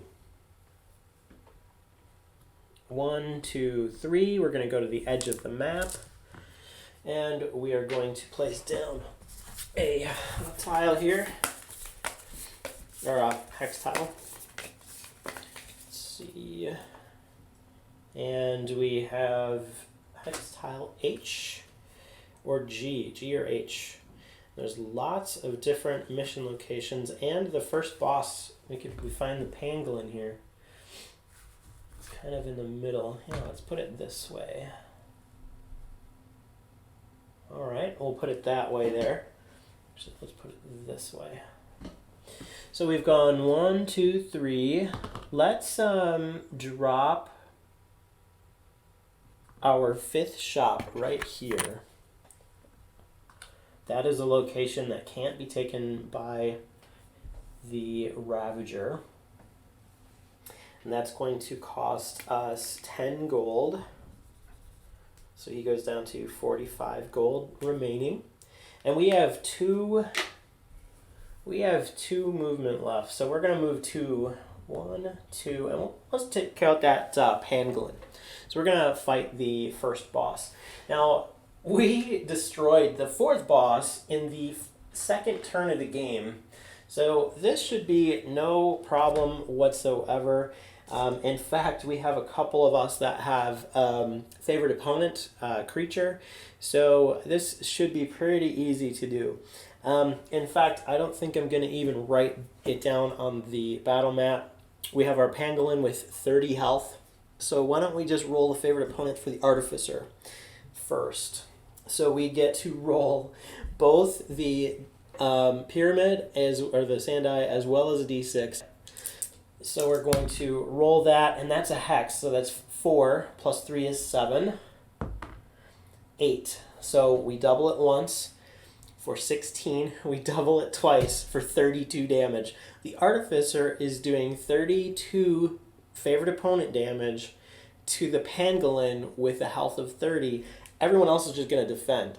So let's see what the pangolin does to us. A 2. The defend 3. Targets who deal damage to the pangolin this round treat their ability ranks as though they were 1 lower for the remainder of combat. Favorite opponent damage is piercing, so that can't be defended against. He is dead. And so he just kind of defended against us. That poor pangolin. We came up across him in the desert, and he was just minding his own business. We were like, hey, we're going to destroy you for a couple power-ups. So what do we get? He's dead. And he didn't do anything to us. He just defended. So one of us is going to get +3 energy. One of us is going to get an Iron Scale potion. We all get 3 gold and 8 food. Now, I loaded up on food, so all that food is wasted. Kind of like the Oregon Trail when you find a buffalo and you can't carry anything, but we got bullets. All right, so I digress.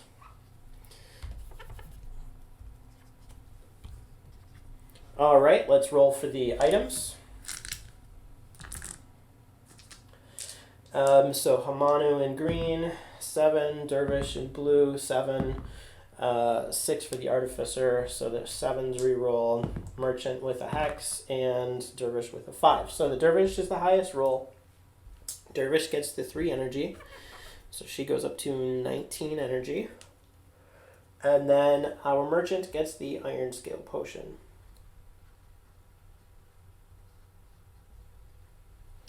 All right, and then we get 2 power-ups apiece. And we can place the hex token on this location to show that we've destroyed the pangolin. Let's see what we get for our power-ups. All right, so we have a food rating and a defend stash. Now, do we have any stash for the Merchant here? Nope. All right, let me get the dice back out of the way. we have a +1 health stash, a purity +1 all abilities for the Dervish. That's gonna, because the Dervish is does not have a mutation, she is going to get +2 to all abilities. That's awesome. And last but not least, for our Artificer, we have a +2 attack purity, which is a +3 attack. He also, our Gnoll, does not have any mutations yet. And then we have an Explorer and Survival. So I will wrap these up.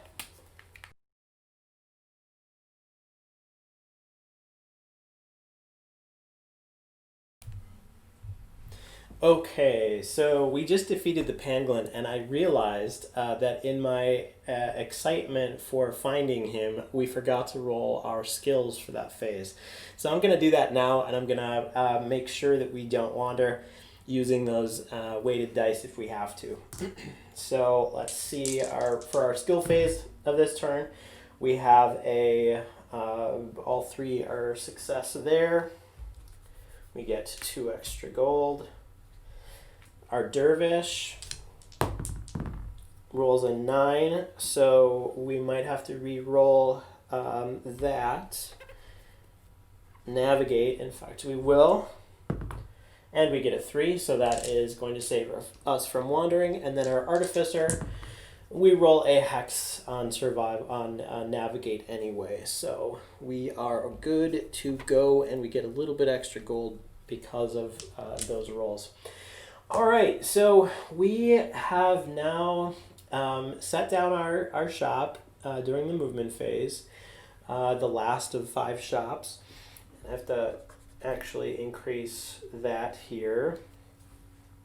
Then we rolled skills, we faced the pangolin, then it is time for the Ravager to appear. So he's going to appear on the same hot tile that we are in, and he rolled a 5. So that is going to appear right on top of us. It's a good thing we took out that pangolin. We did him it was a service to die that way. Not really, you know. Maybe he would have gotten away. So we are going to place the Ravager right here, and then we're going to basically wander in a position of our choice away from that location. All right, so then the next thing that's going to happen is let's count up the number of remnants on the board. And I believe the number that we need to get to enter phase Act 3 is 12. So let's see, just to make sure I remember this correctly. All right, Act 3 begins when there are 12 or more remnants on the board, or if you cannot place a remnant on the board. All right, so 12. That is when Act 3 begins. So let's count them up. We have 1, 2, 3, 4, 5, 6. So in another 12 turns or so, it will be Act 3. All right, so next thing we're going to do, let's try and find that pyramid. So we're going to go 1, 2, and that's going to allow us to place down 2 tiles. Place one right here, and then we're going to place one right here, and we have to be careful because they can't actually touch the this area in the desert here, so we can't jump from this spot to this spot here. All right, so I see the Black Pyramid. And we can continue to move in that direction. So 1, 2, 3, 4, 5, and that places us in the Black Pyramid. So what we're gonna do now is we're gonna roll skills. At the beginning of movement, we get our gold, right? So the merchant is up to now 75 gold. And we're going to roll skills. A hex, that's going to give me another 3 gold. Missed the navigation with a 10. So we might wander. Our Dervish makes it, misses, makes So we need one more person to make navigate. Artificer. Artificer rolls a 10. So one of us is going to have to re-roll using our weighted dice. It's a good thing that I purchased some extras. So we're going to re-roll that 10. And I'll have the merchant do it. He rolls a 7. So we are good to go. We've managed to arrive in our destination. All right, so a couple things happen when you are in the Black Pyramid. The Black Pyramid is a expansion content, and it comes with this placard that you basically will use to run the Black Pyramid events. Now, you will only have the event and the villain phases when you are in the Black Pyramid. So we are not playing any other phase while we're inside, and we're going to be drawing a chamber map so that we can see what is ahead of us and what we're going through. Okay, I've got our Black Pyramid chamber maps. So we are going to just shuffle this real quick and grab one at random, and this becomes the map that we are playing through.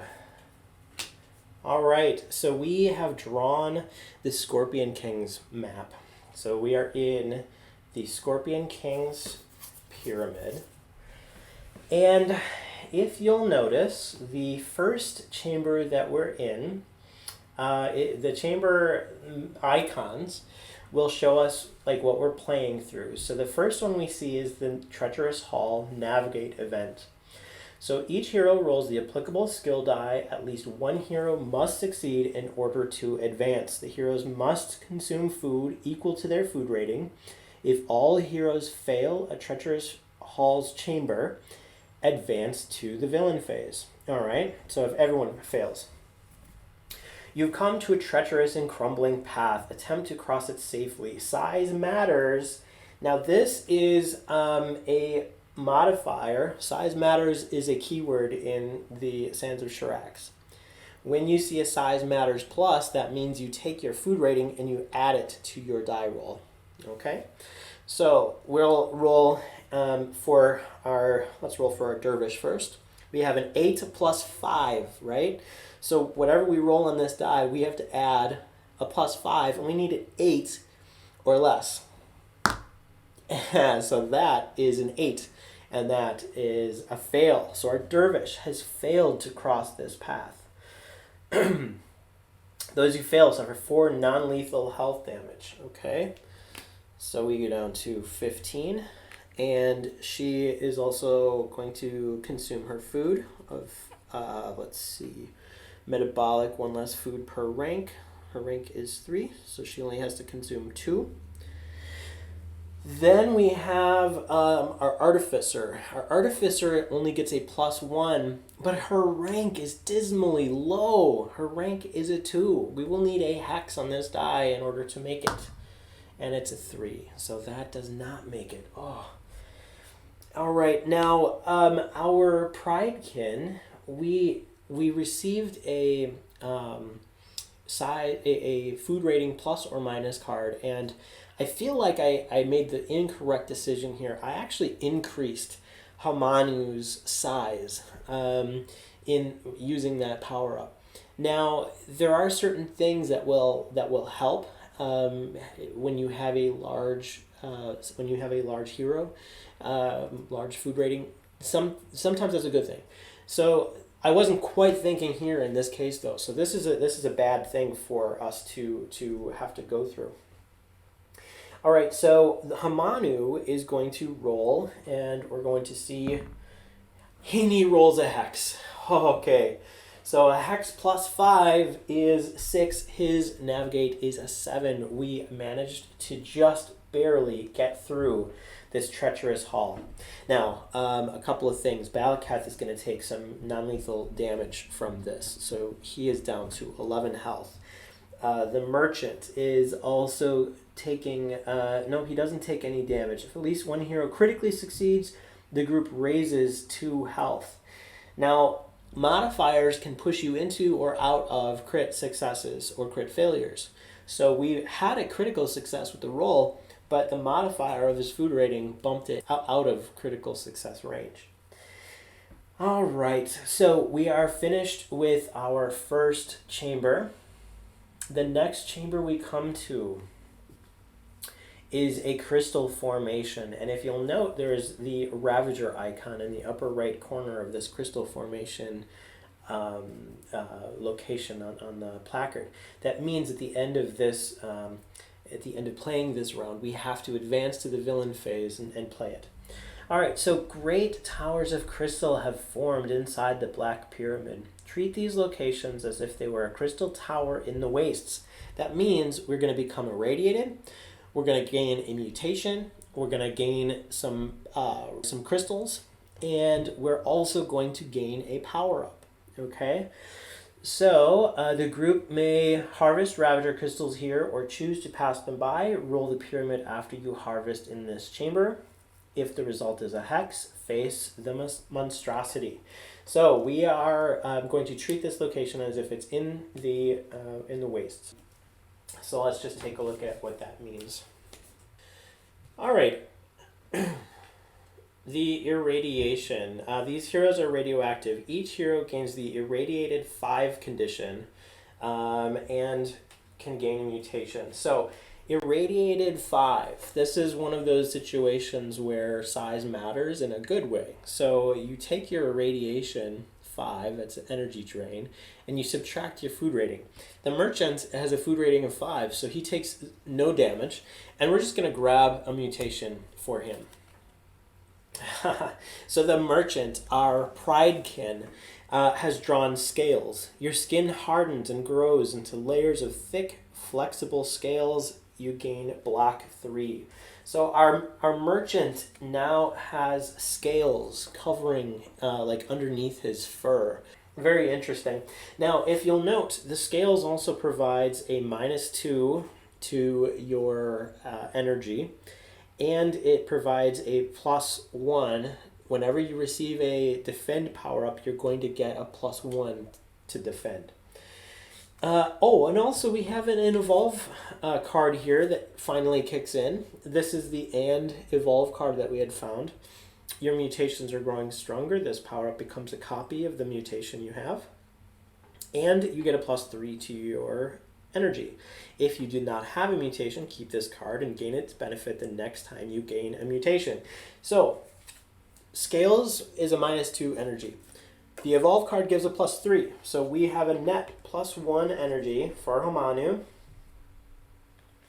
And he now has scales that are... so he has a block 6 now, which is awesome. And that block is something that happens whether or not he is defending or not. It's just, it always happens. Okay, so then we have our Takreen. Takreen also has a food rating of 5, so she suffers no energy drain from this crystal tower. We are going to draw a mutation for her. Atmokinesis. You become one with the environment around you. Ignore all negative nature effects and gain a +1 boost to ability ranks while a nature effect is active or in a circumstance slot. We don't have any nature cards in the circumstance slot. For 2 energy, you may increase the duration of an active nature effect by 1 game turn. So our Dervish has become one with the wind, so to speak. Very fitting. She also has a Evolve card here. So this card is a -3 to energy, but it gives a +4 because of our Evolve. So we, again, have a net +1 energy from this. And if you don't have a mutation, gain this card when you gain it. All right, so this becomes a copy. So now we have bonuses. Our Entomorph gives bonuses to nature events that occur.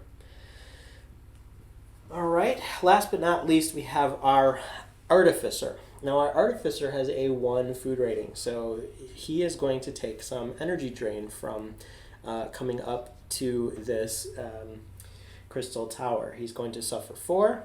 and we'll draw a mutation for him. Balacath, our Gnoll Artificer, has grown wings. Feathered, leathery, or insect wings sprout from your back. You treat lava fields as normal terrain and may move the group through uncrossable terrain. So we can now move through mountain ranges or water. Each copy you possess allows you to move the group 1 hex during the event phase if you moved cautiously. So that is awesome. Place that here. Let's go with leathery wings. Our Gnoll has leathery bat wings now. And now this wings card is a -3 to our energy rank. And we don't have any cards for the Artificer. So any power-up cards that would kind of dull that loss. All right, so we've gained our first set of mutations. And now we get to roll for our crystal formation, for our crystals. Now, Cursed Kismet card is still in play, and here is a, let's see, one hero rolls an attack stat test with a +1 penalty to the roll for each Cursed Kismet card in play. There's only one in play, so we have a Merchant is going to roll the +1, that's a hex, so we roll a 2. So we get to harvest a normal amount of crystals. And if what we're going to do is roll the d4. That will tell us how many crystals we gain. So we gain 3 Ravager crystals. First time we've gained any in the game. And this event is almost done. We're going to draw a power-up card for each of our heroes. We have a First Mastery, we have a Navigate, and we have a Evolve. Okay, so we will do the First Mastery first. This is a stash card. I think I'm going to stash it and take its bonus later. We'll just place that here. Our Navigate card for the Dervish, also a stash card. I will just place that here. And then our Evolve card looks like this is a or card, so we don't get both. Your mutations are growing stronger, this power-up becomes a copy, or if you do not have a mutation. So we get a copy of wings, and that means that we can move 2 extra hexes during the event phase if we move cautiously. All right, so the next thing that happens is we roll the pyramid. And if we roll a hex, we have to face the monstrosity. We rolled a 1. So we luck out, we don't have to face the monstrosity. At the end of this event, we have to play the Ravager phase. The Ravager dives back underground. And next turn. So next turn, we skip the movement phase. You can't move out of the Black Pyramid once you're in it until you find a secret exit. So all we can do is play the event phase. So the next thing that happens is, if we locate on the map here, we see we are in Chamber 3. So let's read Chamber 3. Okay, Chamber 3, Clockwork Skirpines. They're going to give 8 gold and 3 platinum. Locate the Clockwork Skirpine Swarm, encounter and face it. Increase its outlast by 2 per hero instead of 1. All right, so let's find that encounter. All right, so that is a level 2 construct, and it's a horde. Our Dervish is actually good against hordes. So let's see. The first thing is it's +2 per hero. So 2, 4, 6. So that's going to be 12 outlast for the Skirpines.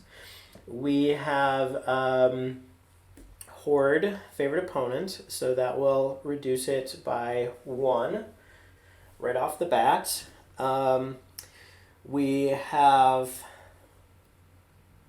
the Artificer can use Shatter to do 2. And then let's roll for these guys, their actions are going to roll survival. So we're going to have Hamanu. He rolls a 10. Oh, so he missed that one. And then we have an 8, which is a success for Krita. Now, Veteran Gladiator, he may roll stat test during the event phase. This is the event phase. His abilities are considered to be rank 4. His skills are each considered to be rank 2. So let's go with, he's going to roll an attack. So he needs a 4 or less. And he got a 7. So Philo the Giant is doing pretty terrible against these Clockwork Skirpines. Let's see what they do to us. 2. So that is those who fail suffer 4 health damage and become surrounded. So if we look at the surrounded condition here, suffer 2 piercing health damage at the beginning of the declaration phase of each round. So that means Philo is going to take 4 damage, and then he's taking another 2 at the beginning of next round. Hamanu missed, so he's also taking 4. I'll take the 2 extra at the beginning of that round. Krita rolled successfully rolled survival, but the encounter did an attack option, so she also is going to go down by 4, and then another 2 for the surrounded. And then Balacath, he did a shatter. Yeah, he did his attack, so that matches. So that means he is immune to that. Only the Dervish, Merchant, and the Giant are surrounded. All right, so that is at the end of that round. There's 2, 3, 4, 5. We have 7 Outlast left. Go right into the next round. We'll have the Artificer use Shatter again for 2. We have the Dervish has favorite opponent Hordes for 1. Hamanu, let's see, so both of these, let's roll survival. We have a success and a success with a 9. So that's another 2. Let's roll for Philo. He needs a 4 or less. He gets a 10. Of course, he's not doing good against these Clockwork Skirpines here. And then we roll for the encounter. They rolled a 4 this time, which is survival. I've already taken the 2 extra surrounded damage for our 3 heroes that are surrounded. So number 4. Those who fail suffer 4 piercing energy drain. So we go down to 11. The Merchant rolled survival, so he's good. The Dervish rolled survival and made it. She's good. Balacath did not roll survival this turn, so Balacath is taking 4 piercing energy drain. Now he's elemental, so he takes a couple more. 6 piercing energy drain. Whew. All right. And then Philo, he also missed. So Philo is taking 6 piercing energy drain. All right. Next round of combat. 2, 3, 4, 5, 6, 7. Actually, with the Outlast going down 1 by 1 at the end of each round, that is the end of that combat. We have successfully destroyed the Clockwork Skirpines. We get 4 gold.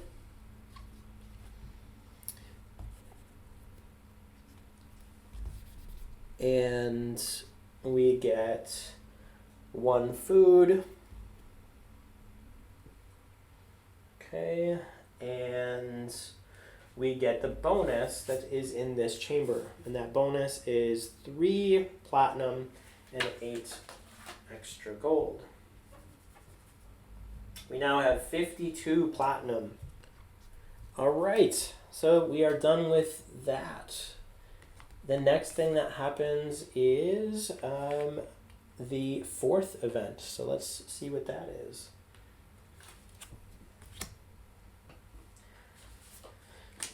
So the fourth event is the tar pit. The floor has given out under you. And you find yourself falling a short distance into a viscous mass of black hot tar. What's more, this tar seems to be alive, moving of its own volition. Locate the tar jelly swarm encounter and face it in combat. Modify this combat in the following ways. Heroes receive a +1 penalty to Explorer stat tests. Survival stat tests made against this opponent gain size matters. So we actually have a size matters minus, which means the larger you are, the better it is for you. If combat lasts 3 or more rounds, each hero loses their highest gold value gear upgrades. So we want to make sure that this doesn't go into combat round 3. So let's find the tar jelly swarm.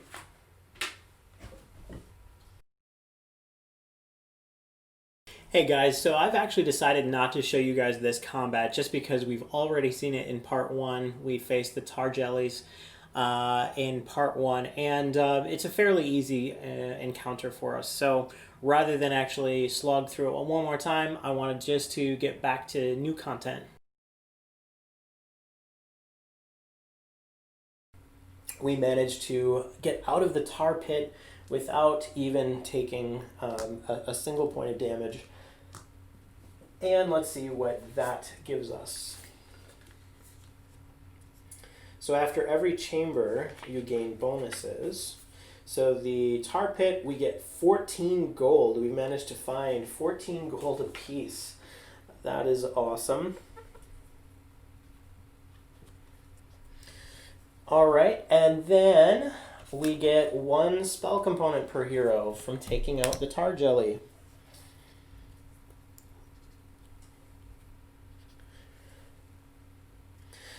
We might need to think about healing a little bit here. I think the Thurgist is going to create 3 potions that we can consume to heal us. So let's see, King's Elixir. Let's do King's Elixir. It heals 10 health and 10 energy. In fact, we won't use it just yet. We'll use it in a little bit. And that means he is going down 12 gold. And we're done with the 4th event. All right, the next thing that happens, we're in the Black Pyramid, and we have found a lost temple. Now, each hero rolls a stat test against an ability of their choice. If you fail, suffer 4 non-lethal health or energy damage. If you roll the attack, you fight your way into a treasure vault. You roll for a treasure. If you roll defend, you roll the pyramid in both sand dice, gain the result in food, or locate gear upgrades worth the same amount. If you roll a mastery, roll for a random item, and treat this temple as a location that heals. All heroes regain either all lost health or all lost energy. If you gain a critical success, you also raise 6 vitals. So let's roll the attack. I want to see if we can get some treasure in this chamber. So we will just roll Hamanu's attack here. We make that. If you succeed in an attack test, then you get to roll in a treasure vault. Treasure vault is a d6, so roll the 6-sided die and face the chamber below. We roll a hex. Do you guys see that? We rolled a hex.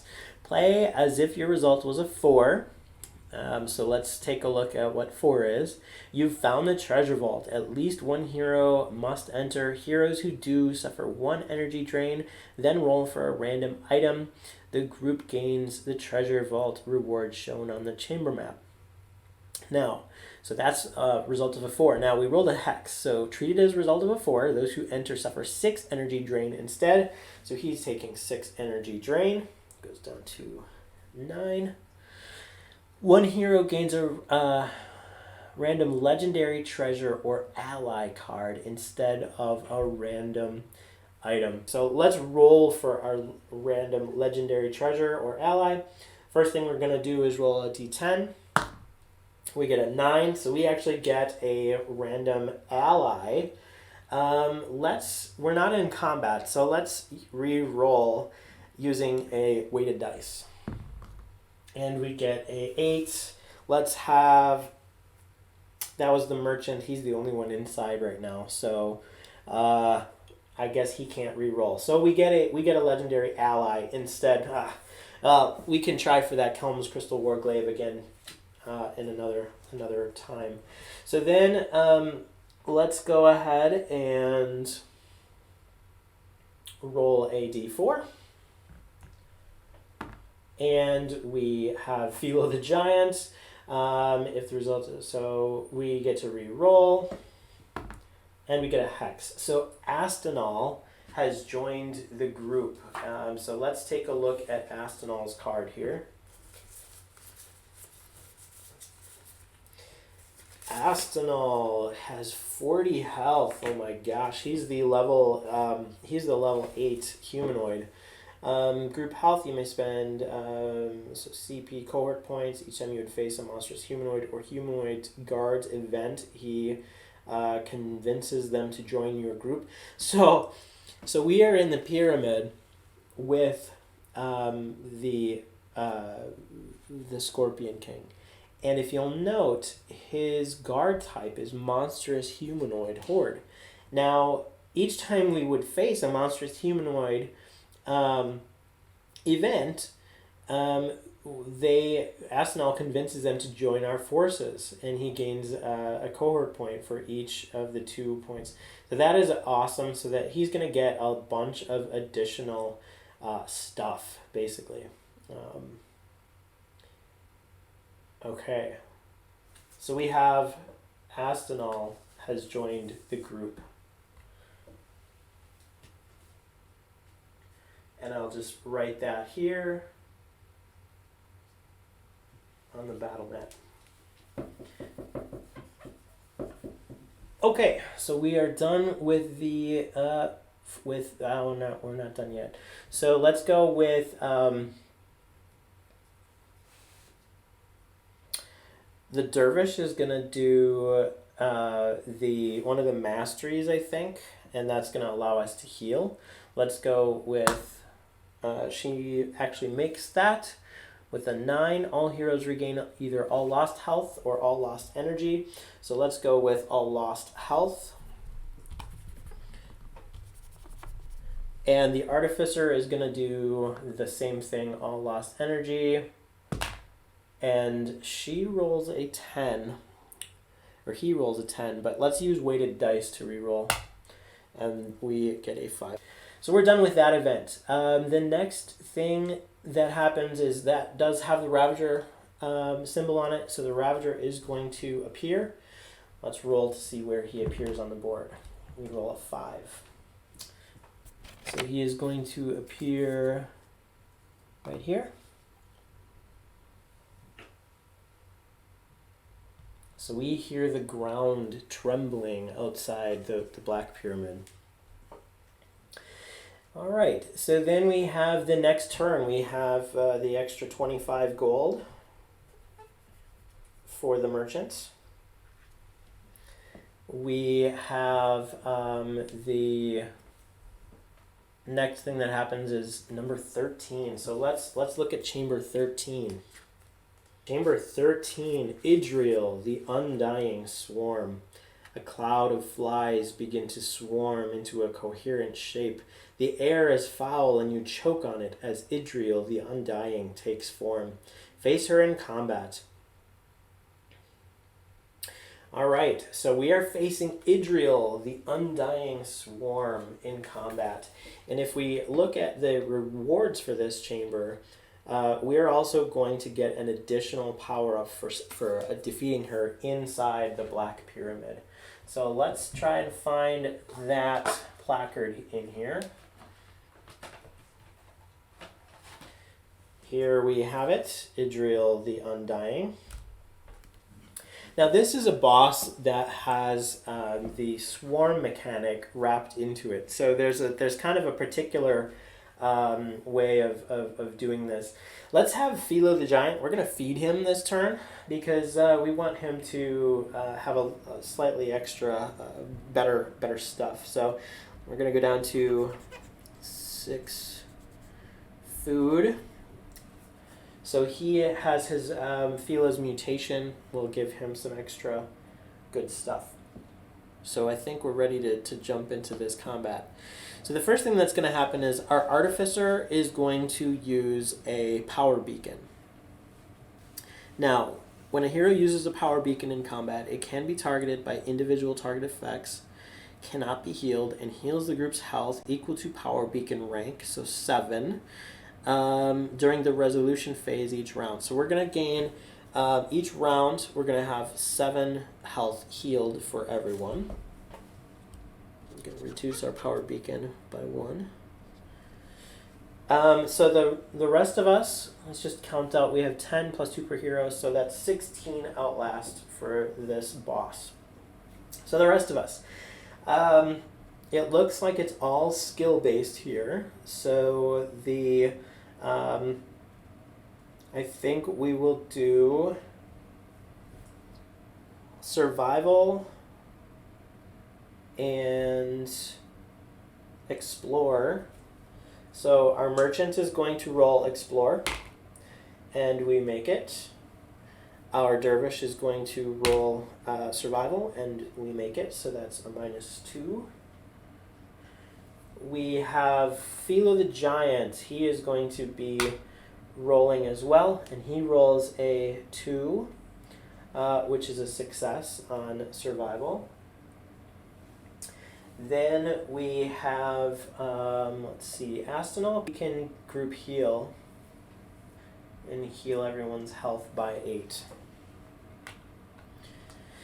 Let's see what Idril does. She rolls a 3. So this would be good against Explorer and Navigate. So those who rolled Explorer are immune. So that means our Dervish and Artificer are going to suffer from this, as well as Astonal.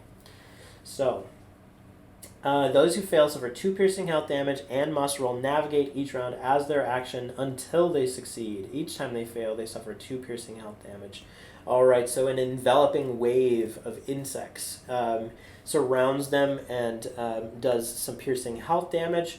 Now, the 2 piercing health damage will be healed by the power beacon at the end of this round, so I don't have to worry about that. They do have to roll Navigate as their action this next turn. And we are down to 12 Outlast remaining.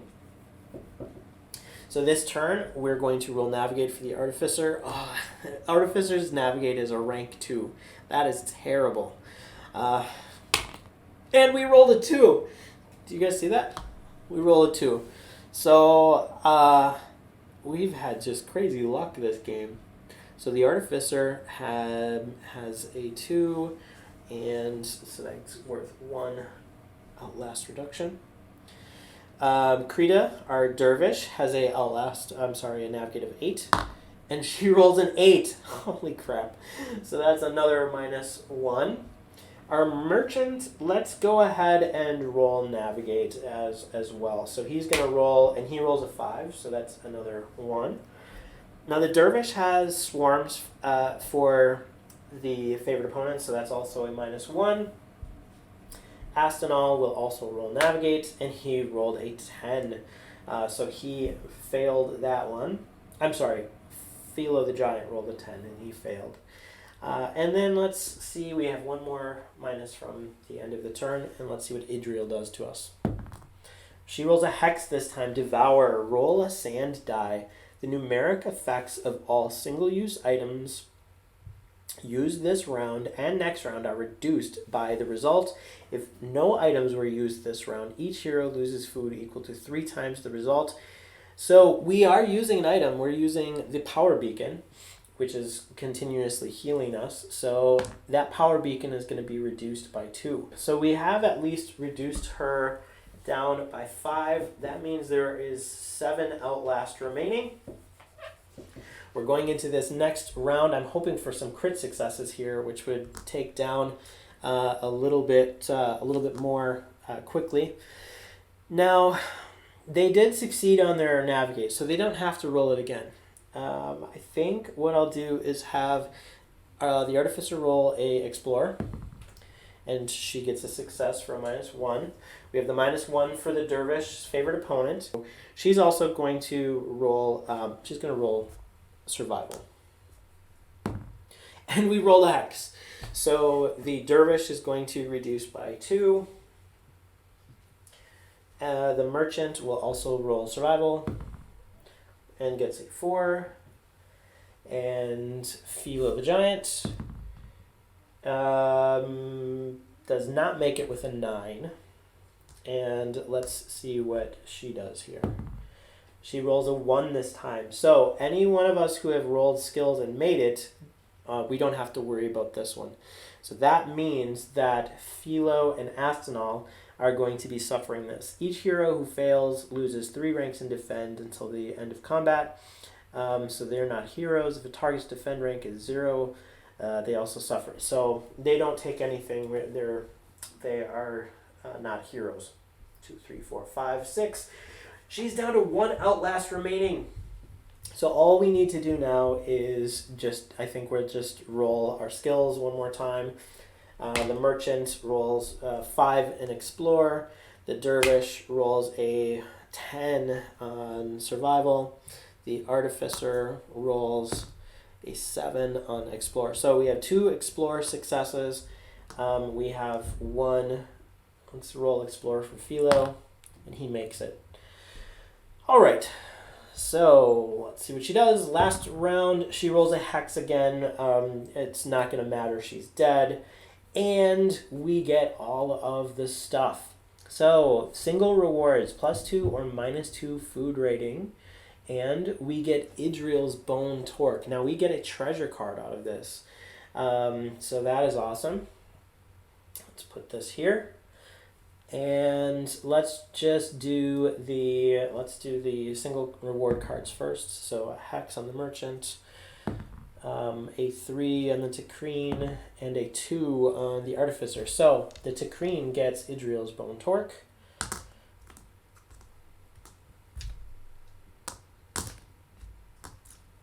And let's look at that.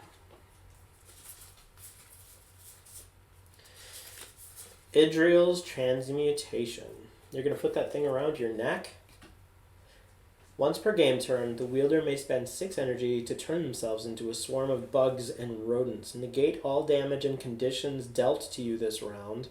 Each time the wielder of Idril's Bone Torque faces a horde or swarm encounter, you may roll all 3 stats shown under the opponent's outlast value. Choose 1 stat result as your action for the round.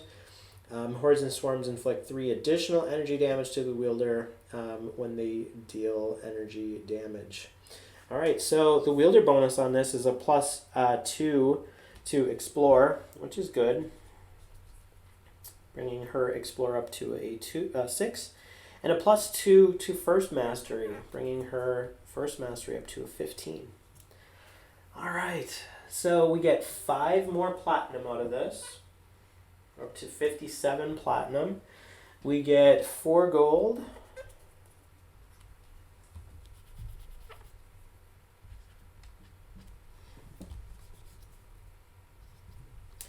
And we get 3 food. And I think we're almost at capacity again. And then the artificer gets a +1 or minus, a +2 or -2 food rating. Let's go with a +2. That way she's going to become, our Gnoll is going to become a little bit less damaged every time we get irradiated. So his food rating is now a 3. All right, so that is that. We get our power-up bonuses now. We get 3 power-ups.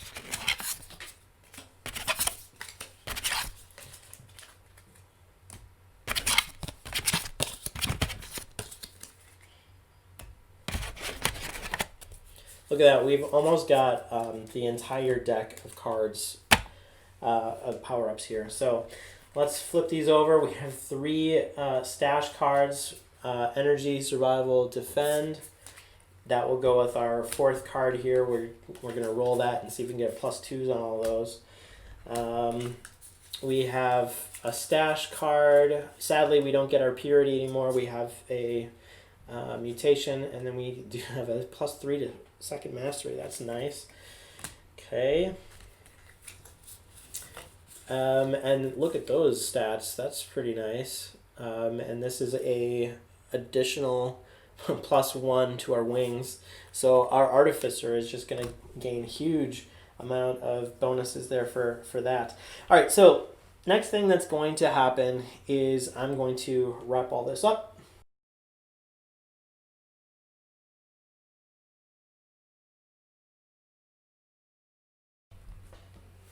So we've just finished powering up our characters in part 2. This particular video has seen an enormous shift in our heroes' power and wealth.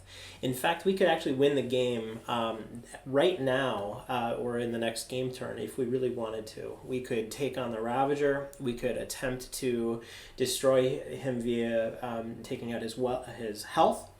We could destroy him by taking out his energy and win the game by saving the Ravager. Or we could also end the game by gathering 100 platinum. Now, we've only gathered 60 right now. We have 60 after coming through the Black Pyramid at this point. We've gone through quite a bit of the Black Pyramid content. But what we could do, we have the Genie Lamp, and the Genie Lamp allows us to take basically 3 wishes, and you can consume those wishes in a number of ways. One of the ways is to gain 300 gold. Now, one of the locations in the game will allow you to convert gold into platinum at the rate of 100 gold to 1 platinum. But our merchant can also do the same thing in any one of his shops. So that means we could take that 300 gold and turn that into 30 platinum. Now, we have 60 already. It would only take 2 wishes to do that. So that is one thing to consider. Now, we also have enough power. We've gone through the entire power-up deck. We have like 2 or 3 cards left in the stack. We could simply just take out the Ravager and win the game that way. We could destroy the Ravager using the energy win by consuming all of his energy.